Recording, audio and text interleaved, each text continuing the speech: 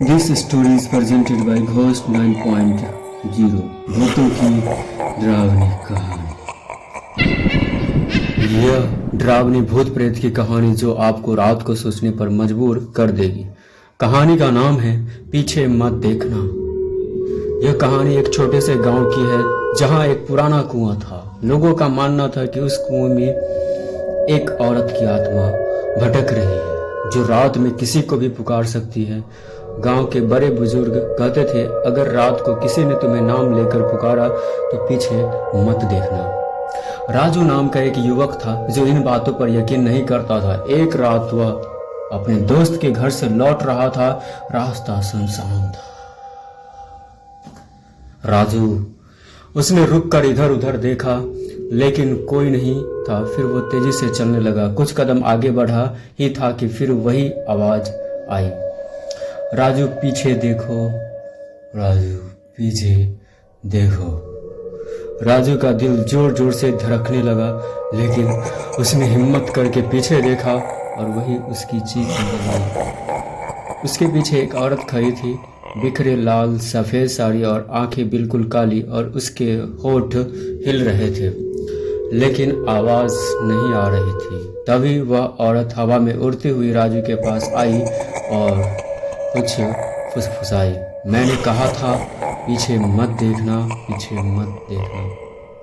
अगली सुबह राजू गांव के बाहर बेहोश मिला और जब से वह पागल हो गया है, आज भी वह पागलों की तरह ही बातें करता है और लोग उसे पागल समझते हैं।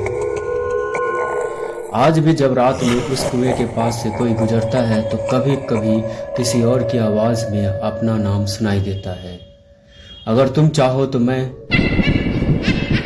तुम चाहो तो मैं।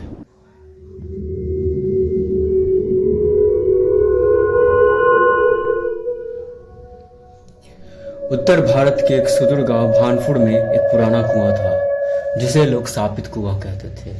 वह कुआं अब बंद पड़ा था। उसके चारों तरफ कांटेदार झाड़ियां उग आई थी और गांव वाले दिन में भी उसके पास नहीं जाते थे। बुजुर्गों का कहना था कि सालों पहले एक औरत मायावती उस कुएं में कूदकर मर गई थी। उसे उसके पति ने धोखा दिया था और वो दर्द सह नहीं पाई।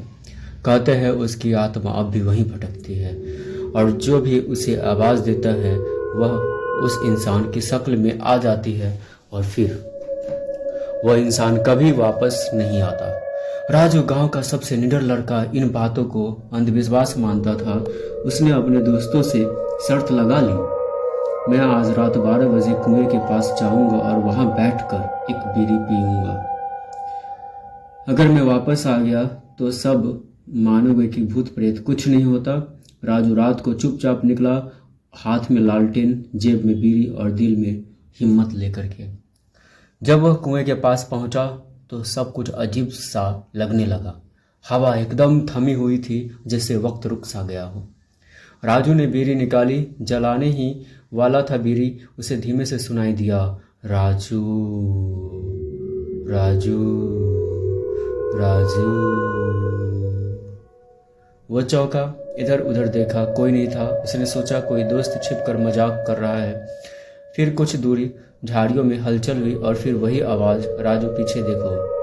अब की बार आवाज़ उसकी माँ जैसी लग रही थी। उसका दिल धड़कने लगा पर वह पीछे नहीं देखा। फिर आवाज़ बदली, उसकी प्रेम का नीरा की तरह आवाज़ सुनाई दी, राजू मैं हूँ, पीछे देखो, पीछे देखो। राजू डर गया, उसके पसीने छूट गए लेकिन उसने पीछे नहीं देखा। तभी अचानक उसकी लालटेन बुझ गई।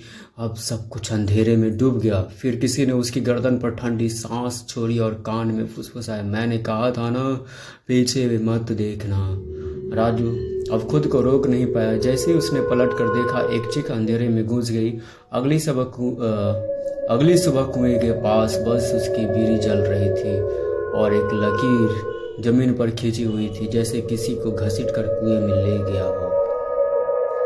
गांव वाले कहते हैं, अब अगर रात को कोई तुम्हें पुकारे, चाहे वो कोई भी हो, पीछे मत देखना अगर चाहो।